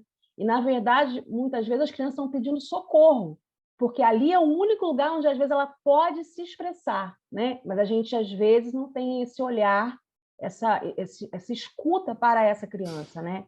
Para esse adolescente. De forma nenhuma eu estou banalizando, eu sei que é um desafio muito grande, mas eu acho que esse pós-pandemia trouxe para a gente essa interrogação e já trouxe uma resposta, que a gente precisa se conectar, né? Muito além dos conteúdos. Inclusive, trouxe que o educador precisa ser cuidado, né? A gente também precisa... Exato, a começar em nós. Cuidar de quem cuida, né? Hoje tem que ser ampliado, para terminar, que eu vi também aqui o tempo, para não ocupar o tempo maior de vocês que a gente combinou, mas hoje já tem essa consciência sobre a economia do cuidado. A gente precisa cuidar de quem cuida. Então, a mãe, por exemplo, de um bebê, ela precisa cuidar do seu bebê, mas para isso ela precisa ser cuidada. Se não é pelo marido, tem que ser pela avó, se não é pela avó, vai ser pela tia, se não for pela tia, vai ser pela assistência social. Alguém tem que cuidar desse adulto. A mesma coisa o professor. Porque, assim, não somos heróis. Não adianta se pôr nesse lugar de salvador da prata. Precisa ter condições para que ele cuide das crianças, ele precisa ter condições para se cuidar e ser cuidado. Então, é muito importante, assim, vocês como secretaria, olhar para essa questão do cuidado dos professores, o cuidado, a escola como um lugar de cuidado, um lugar de afeto, um lugar que o brincar livre ele vai acontecer também na medida em que as crianças se sentem à vontade no espaço, se sentem apropriadas no espaço.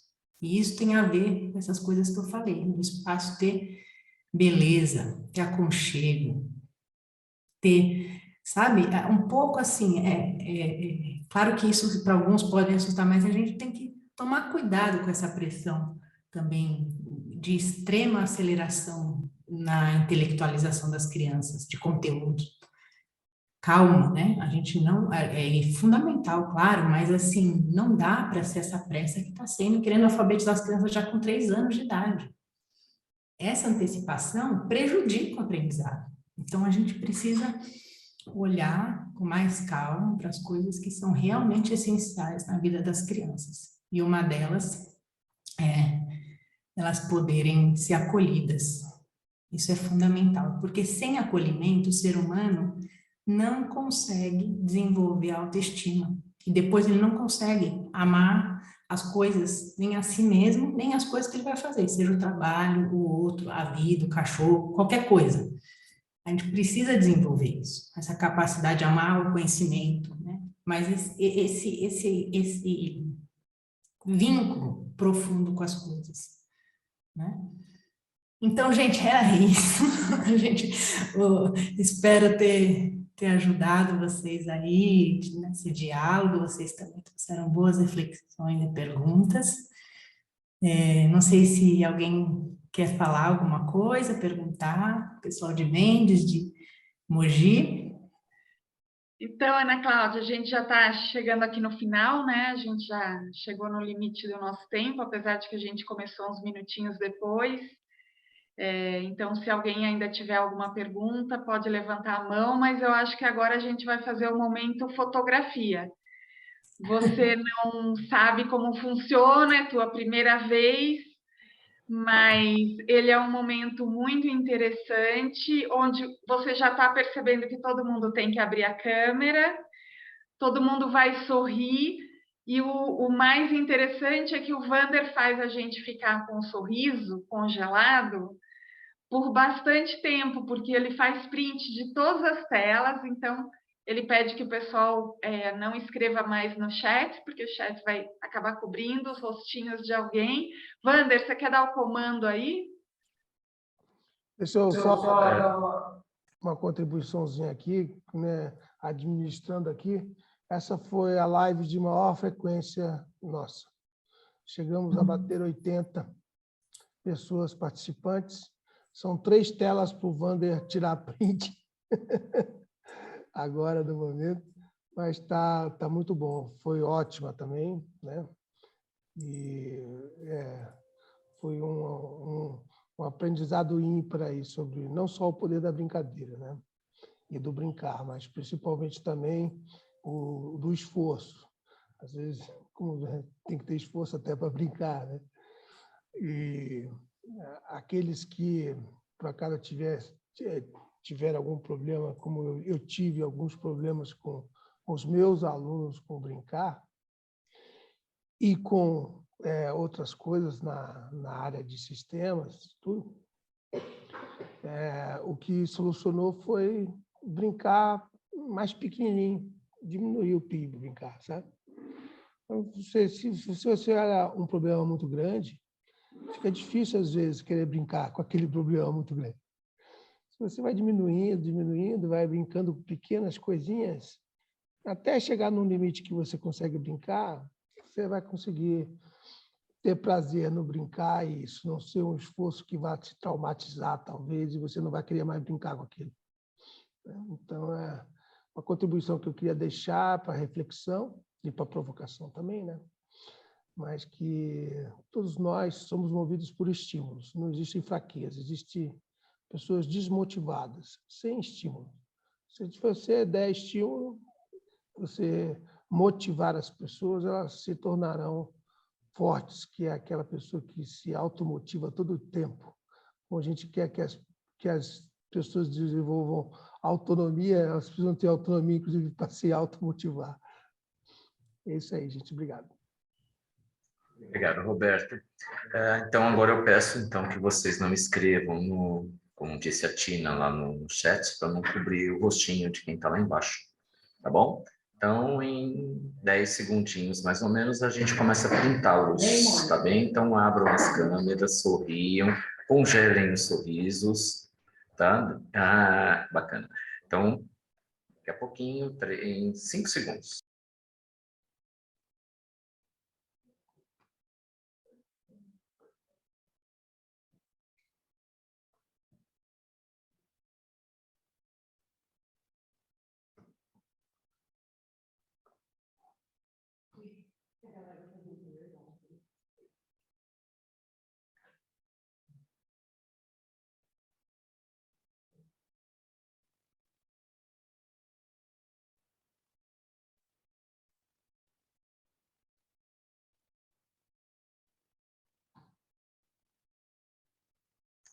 Pronto, gente. Muito bom.